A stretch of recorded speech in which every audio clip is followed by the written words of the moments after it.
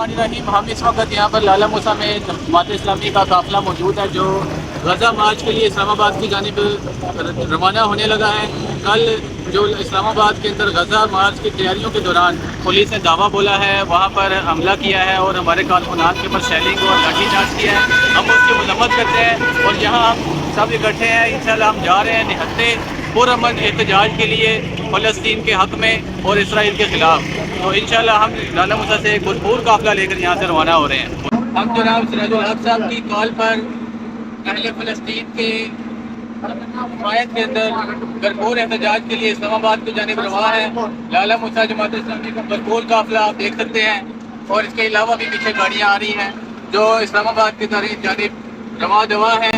और इस्लामाबाद के अंदर अहले गजा के साथ एहतजाज के दौरान वहाँ पर तैयारियों के दौरान जो कारकुनान पर पुलिस ने दावा बोला है उसकी हम भरपूर मजम्मत करते हैं।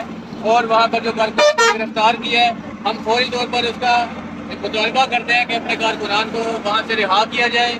और जो एहतजाज के ऊपर फ़लस्तीन के हक़ में जो एहतजाज किया जा रहा है उसके ऊपर जो दावा बोला गया है ये इंतहाई शर्मनाक अमल है, इसकी भरपूर मजम्मत करते हैं। और हम सब यहाँ पर रहते पुरअमन तरीके के साथ आप देख सकते हैं हमारे ऊपर किसी के पास कोई डंडा सोटा नहीं है, सब पुरअमन तरीके से जा रहे हैं और एहतजाज के लिए जा रहे हैं। पाकिस्तान की आवाज़ पूरी दुनिया में पहुँचाएंगे इंशाल्लाह। नारे तकबीर, तकबीर, तकबीर।